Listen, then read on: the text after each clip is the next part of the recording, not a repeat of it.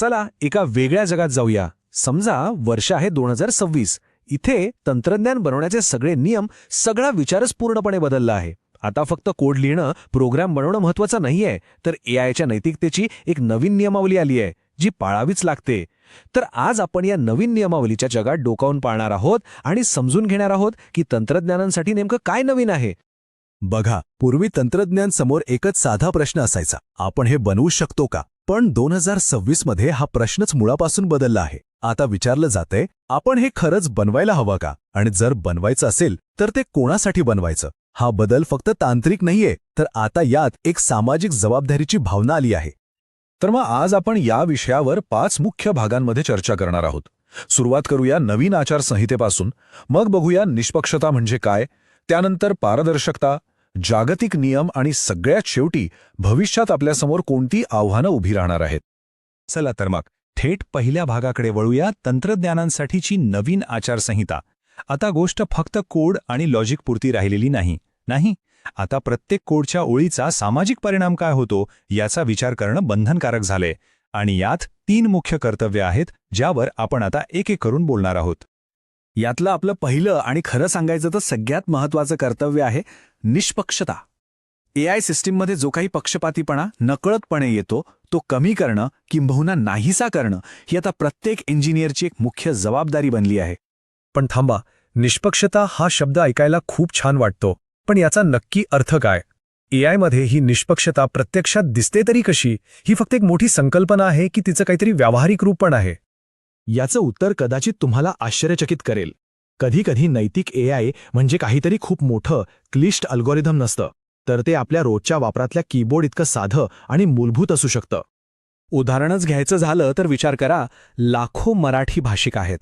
त्यांच्यासाठी एआयने योग्य देवनागरी लिपी ओळखणं हे फक्त एक टेक्निकल फीचर नाही, हे निष्पक्षतेचं एक उत्तम उदाहरण आहे. कारण 2026 मध्ये अशा भाषिक आणि सांस्कृतिक गरजांकडे दुर्लक्ष करणं हा एक प्रकारचा व्यावसायिक निष्काळजीपणा मानला जातो. तर मग कीबोर्डसारख्या चुका टाळायच्या कशा? त्यासाठी काही पद्धतशीर उपाय आहेत. तंत्रज्ञानांना आता डेटा सेटचं ऑडिट करावं लागतं, म्हणजे तो सर्वसमावेशक आहे की नाही हे तपासावं लागतं. आणि हे काम नंतर नाही, तर अगदी सुरुवातीच्या टप्प्यातच IBM किंवा Google सारख्या टूल्सचा वापर करून करावं लागतं. ठीक आहे, तर निष्पक्षता झाली. आता वळूया पुढच्या 2 महत्त्वाच्या कर्तव्यांकडे. ही कर्तव्य वापरकर्त्याला एआय प्रणाली समजून घेण्याचा आणि महत्त्वाचं म्हणजे त्यावर नियंत्रण ठेवण्याचा अधिकार देतात. आपण आता ब्लॅक बॉक्सच्या जमान्यातून ग्लास बॉक्सच्या जमान्यात आलो आहोत, म्हणजे आत काय चाललंय हे दिसायला हवं. आणि याच पारदर्शकतेच्या मुळाशी आहे XAI, म्हणजे एक्सप्लेन करता येण्यासारखं एआय. याचा सोपा अर्थ असा की एआयने घेतलेला प्रत्येक निर्णय, मग तो कितीही किचकट असो, तो एका सामान्य माणसाला, ज्याला तंत्रज्ञानाबद्दल काहीही माहिती नाही, त्यालाही समजला पाहिजे.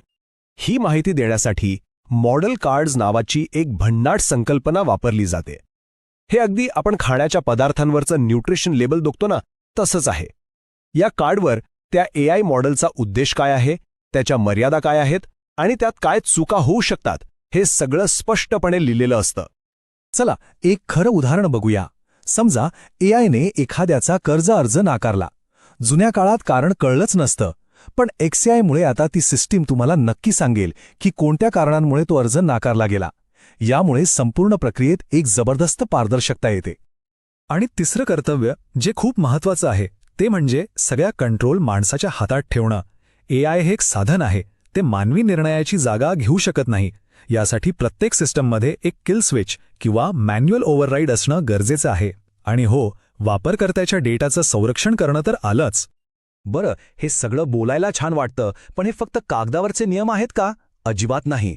आता आपण 4थ्या भागाकडे आलो आहोत, जिथे ही सर्व कर्तव्य आता केवळ कल्पना राहिलेली नाहीत, ती आता जागतिक मानकांचा भाग बनली आहेत आणि त्यांचं पालन करणं आता ऐच्छिक नाही तर अनिवार्य आहे.